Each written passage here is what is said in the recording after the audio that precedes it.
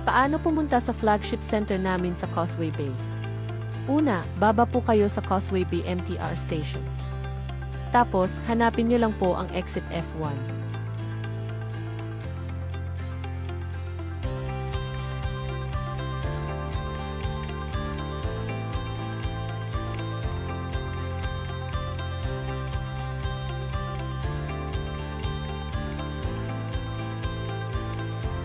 Tumawid at diretsuhin ang Jardines Bazaar.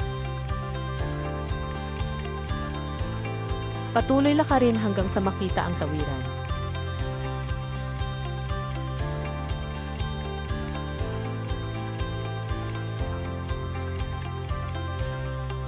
Tumawid patungo sa Siemens tapos kumanan. Gamitin ang pedestrian crossing sa Keswick Street. Ito na po ang gusali malapit sa Lee Garden 2. Nasa ikapitong palapag lang kami.